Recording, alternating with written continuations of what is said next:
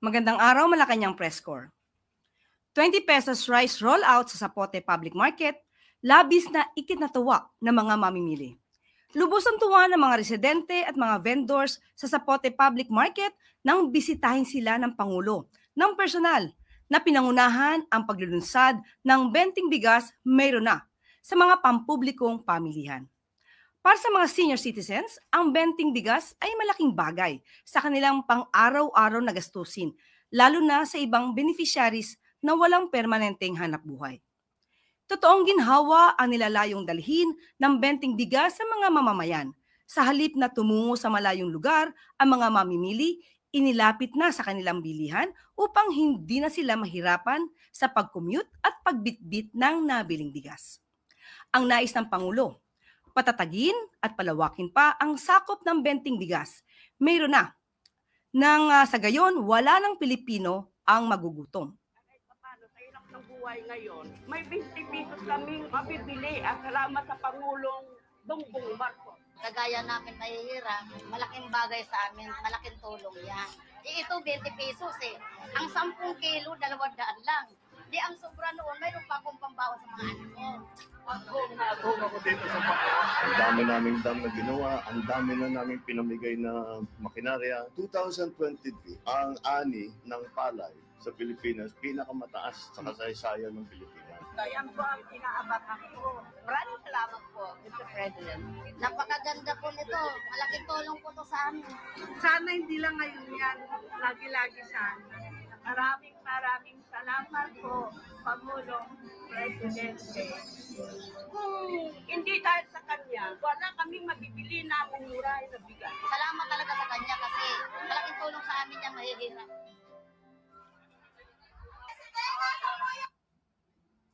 Mas pinaigting pa ng administrasyon ni Pangulong Ferdinand R. Marcos Jr. ang operasyon laban sa iligal na droga. Sa datos ng Philippine Drug Enforcement Agency o PDEA, mula July 2022 hanggang May 2025, umabot na sa 62.17 billion pesos na halaga ng dangerous drugs ang nakumpiska ng ahensya. Umabot na rin sa 110,563 anti-illegal drug operations ang naisagawa ng PDEA na nagresulta sa pagkahuli ng 149,020 na mga drug personalities kabilang ang 9,506 high-value targets.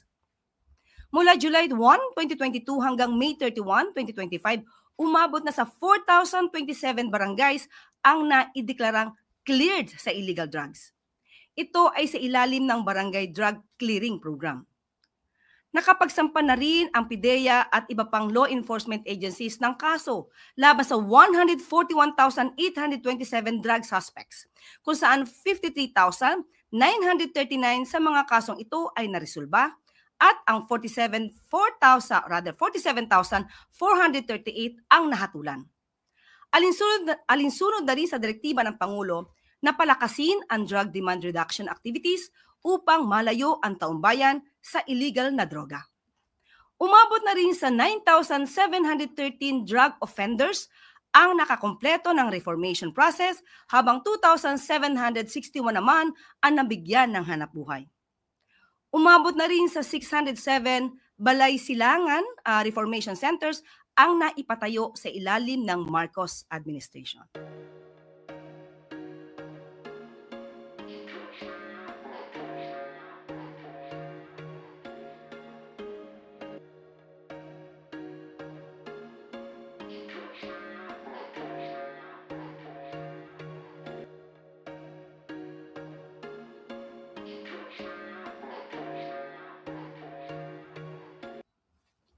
At maaari na po tayong tumanggap na inyong mga katanungan. Just reminding everyone of the one question, one follow-up guideline. Eden Santos, Net 25. Good morning. Hello. Good morning po, Yusek. Kaugnay po nung binanggit niyo about illegal drugs. Ano po? May we know po kung anong mga barangay, kahit ilan lang po, no? Yung 427,000 na binabanggit ninyo na na-cleared na sa illegal drugs. Okay, sa ngayon, yan pa lang po ang ating natanggap at wala po tayong detalye patungkol sa barangay. Hingin po natin mula sa PDEA at ibang law enforcement agencies yung sinasabi po nating barangay. Okay.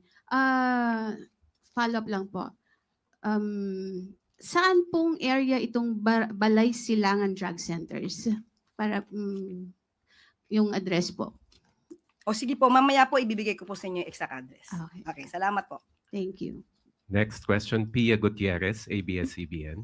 Hi, ma'am. Si DILG Secretary Remulla po says that he will ask President Marcos for authority to suspend classes tuwing may bagyo. Sabi po niya, mas madaling mag-coordinate pag sa DILG daw po magagaling yung suspension ng classes.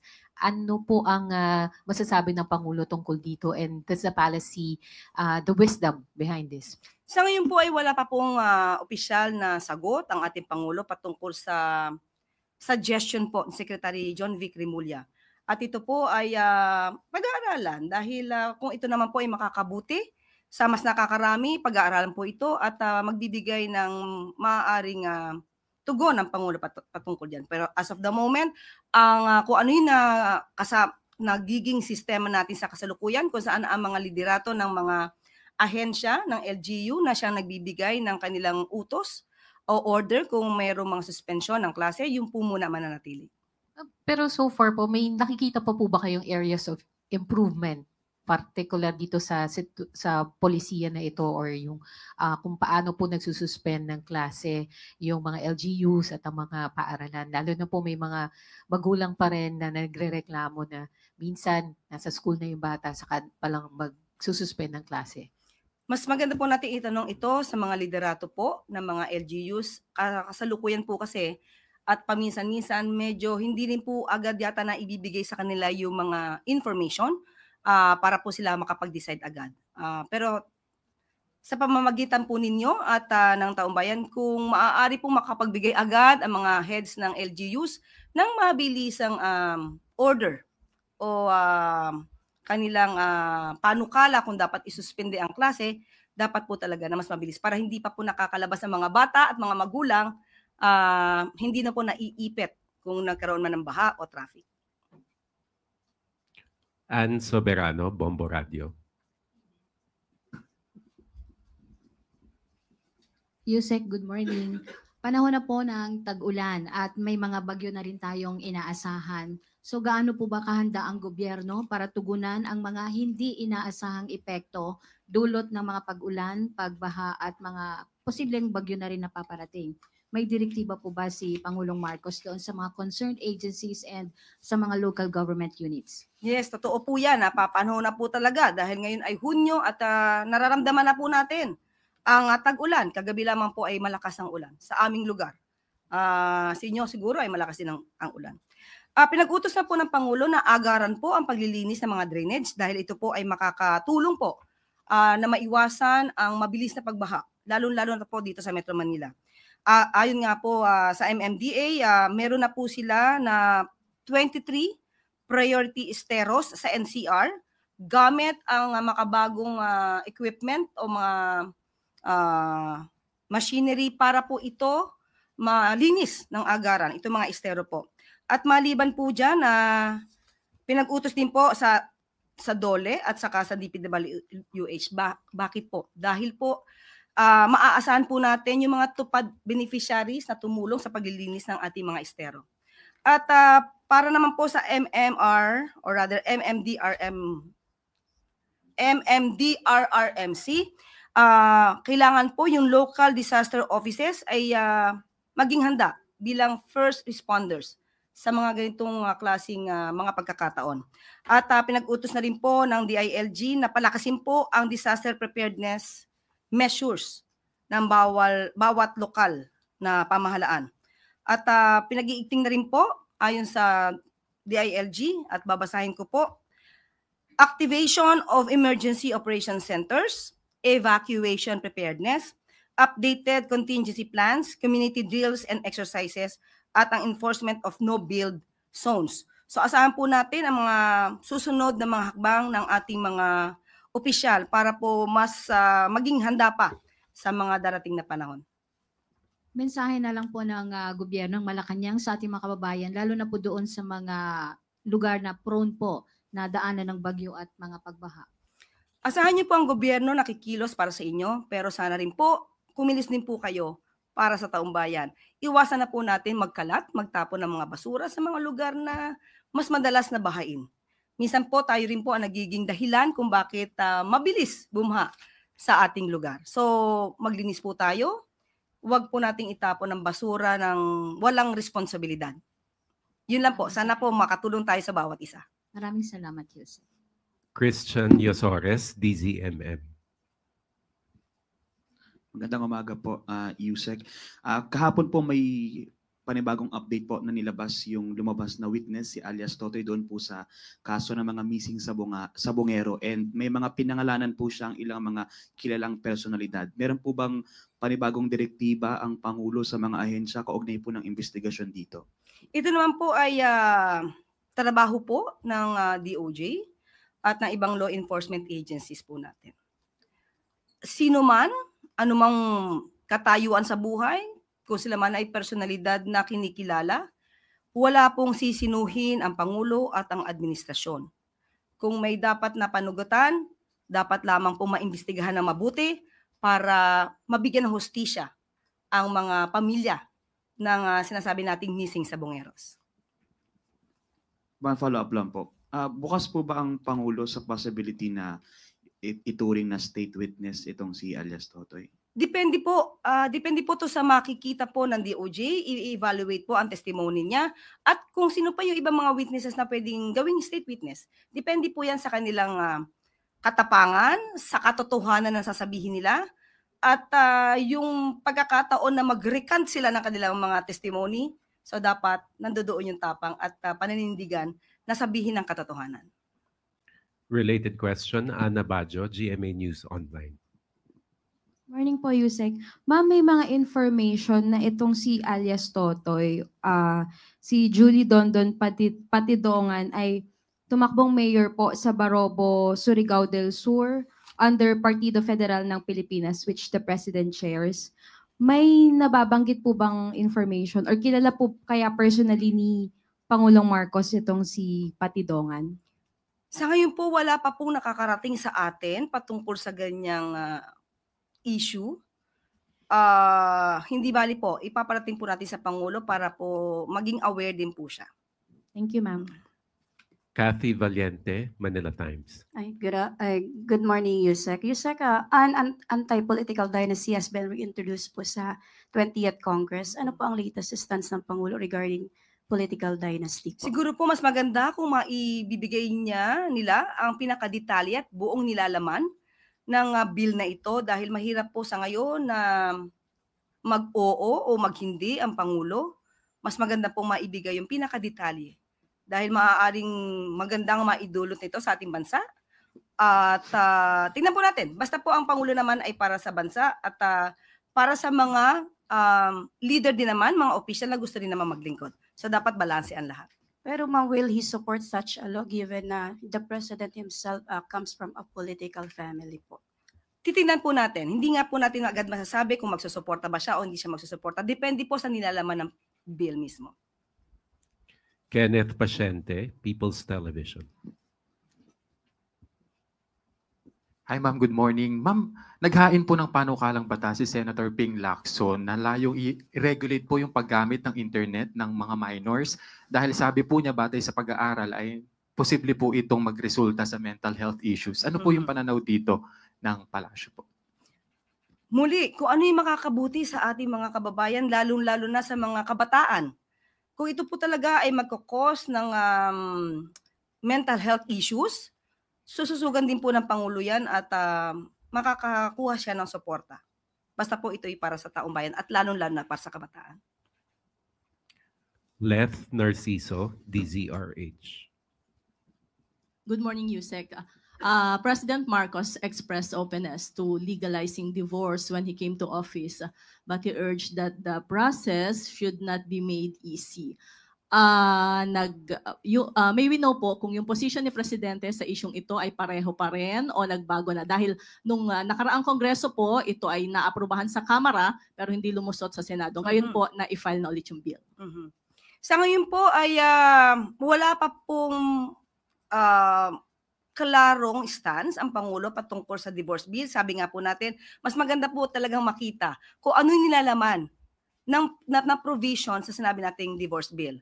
Dahil sa ating pagkakaalam, ang karaniwan doon sa mga provisions or sa mga dahilan para i-approve ang legal separation ay sinama nila para maging dahilan na rin para mapawalang bisa ang kasal. Hindi lang through legal separation. So mas magandang maaral kung papaano ito. Dahil tandaan po natin, kahit po ang simbahan naman po ay nag-aalaw ng annulment.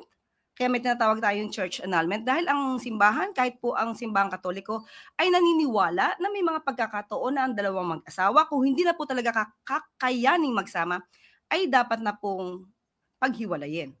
Kaya po may tinatawag tayong mga church annulment. So tingnan po natin at kung ano po ang muli, kung ano ang magiging maganda para sa taong bayan. Pero mas maganda po sana, at yun din po ang nais ng Pangulo, na mas paigtingin natin ang magandang pagsasama ng mag-asawa. Mas palawigin natin na mas marisolba ng bawat mag-asawa ang kanilang problema para maayos ang kanilang pamilya. Hindi lang para sa kanilang dalawa, kundi para sa kanilang mga anak. May chance po ba na suportahan niya ito ngayong 20th Congress? Depende po. Muli, kapag po maganda yung provisions at makikita rin po natin na ang bawat simbahan ay umaayo na ito ay dapat at nararapat, maaari po itong bigyan ng magandang tugon ng Pangulo. Clazel Pardilla, People's Television. Good morning po, Yusek. 20 pesos a kilo of rice is now available to more areas. However po, farmers worry that it could affect traders buying price of palay at i-justify po ng mga traders yung pamamarat. How will the government respond to this at warning po sa mga traders na magta-take advantage sa mga magsasaka? Salamat po. Yan po ang ginagawa yatang dahilan para ng mga traders para bumili na mas mura na palay mula sa mga farmers. Yan po ay walang katotohanan ayon sa DA dahil mas bumibili sila ng marami at bumibili sila ng mas marami na palay na hindi makakaapekto sa presyo pagbili ng NFA sa mga farmers.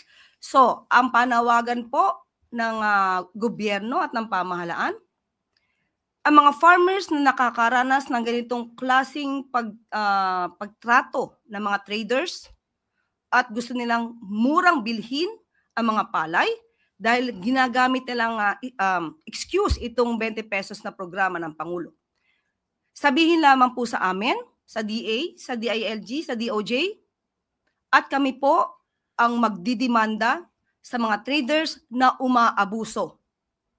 Muli, sa mga farmers natin, sa mga magsasaka natin, huwag po kayo matakot. Basta lamang kumpletuhin nyo ang inyong mga ebidensya hanggat maaari para po ito ay maging dahilan sa amin para sila ay habulin at idemanda. Maaari po kasi ito maging kaso na economic sabotage. Kaya wag po kayong mag-atubili na magsumbong sa amin. Finally, Ivan Mayrina, GMA Integrated News. Yusek, base sa inilabas na country classifications ng World Bank, nananatili ang Pilipinas sa kategoryang lower middle income. Ito'y sa kabila ng target na maging upper middle income ang Pilipinas ngayong taong ito. What does the palace have to say about this at ano kaya ang naging pagkukulang at bakit ganito naging resulta? Okay, inaamin po natin sa ngayon ay hindi pa po natin natutulay ang papunta sa upper middle income status. Pero maganda naman po ang nagiging progreso ng ekonomiya dahil sa gumagandang gross national income per capita simula 2024. Pero muli, pag-iibayuhin pa rin po ng pamahalaan para po kung ano man ang ating ninanais ng Pangulo para po sa ating ekonomiya at para sa taong bayan, pipilitin po natin itong maabot. Kahit po siguro mayroon pang mga kondisyon globally sa mga nangyayari ngayon, dodoblehin pa rin po ang pagsisikap ng pamahalaan para po mas maabot natin ang ninanais na maitawid natin ito sa pagiging upper middle income status. Meron po bang gagawing tweaks ang gobyerno sa mga plans and programs to prop up the economy? And is the Marcos administration still confident that we can realistically achieve this goal within its term? Yes. Lagi pong positibo ang Pangulo, pati ang economic team, pati ang buong administrasyon. So, kakayanin natin yan. yung tweaks po, if any? What can you tell us about what the government aims to do to achieve this? Kakusapin po natin, in particular, economic team para po mabigay natin sa inyo ang detalye patungkol dyan. Sorry ma'am, idadagdag ko lang, related naman do sa tanong ni Pia, tungkol sa pagsususpindi ng klase. Sa isang banda, of course, nais po ng mga lokal na pamahalaan na maging ligtas sa mga mag-aaral. Pero sa kabilang banda, meron ho tayong education crisis, and sometimes you get concerns na bakit maya't maya naman walang pasok, konting ulan, walang pasok, mainit, walang pasok. One day out of school is one day less of learning. So paano ho kaya dapat balansehin ang pagsususpindi ng klase? Okay, siguro pag-uusapan ito dahil minsan ang klima, ang typhoon ay hindi natin talaga ito na pre-predict basta-basta. Siguro dapat makausap din natin ang DepEd kung if ever magkakaroon ng no classes, magkaroon din muli ng online classes on that particular day. Maganda pong magiging suggestion yun. Salamat. That was the final question. Thank you, MPC. Yusek Claire. Mga ongoing road projects sa Mindanao, ininspeksyon ng Department of Finance. Siniguro ng Department of Finance na maayos na nagagamit ang pondo ng taumbayan sa mga makabuluhang proyekto.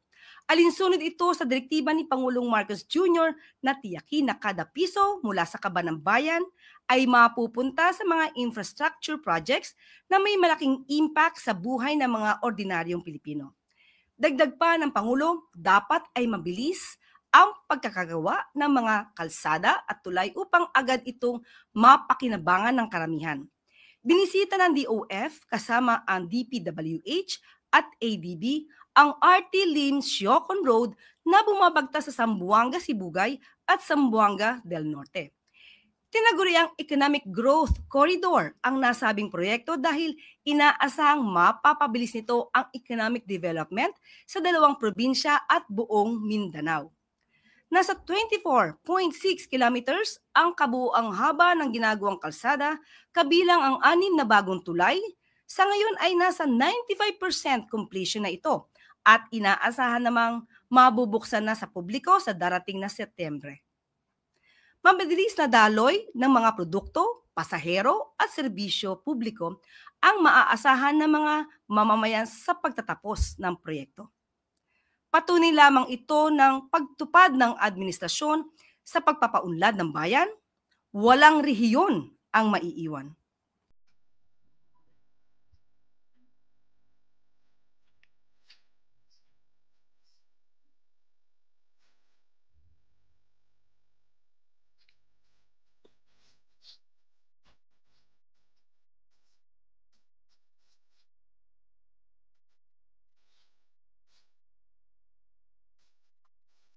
Goodbye, gutom! Iyan ang sambit ng mga residente ng Barangay San Isidro, Pampanga dahil sa pagbunga ng kanilang community garden. Patuloy ang pag-unlad ng 7,000 square meters na barangay community garden sa pangunguna ng Proyekto Lawa at Project Binhi ng DSWD. Tumungo si Welfare Secretary Rex Gatchalian sa Barangay San Isidro para kumustahin ang mga beneficiaries at samahan sila sa pagtatanim.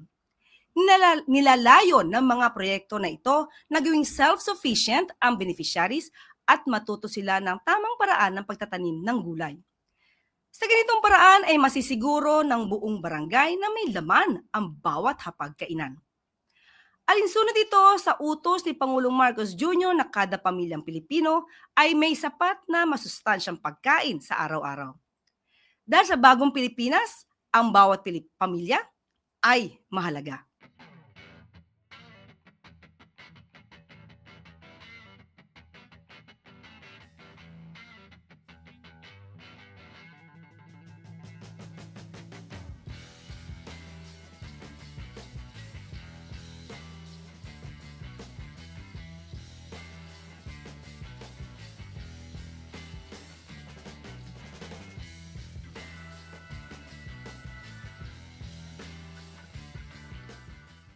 At bago po tayo magtapos, isang Israel update po mula sa DMW.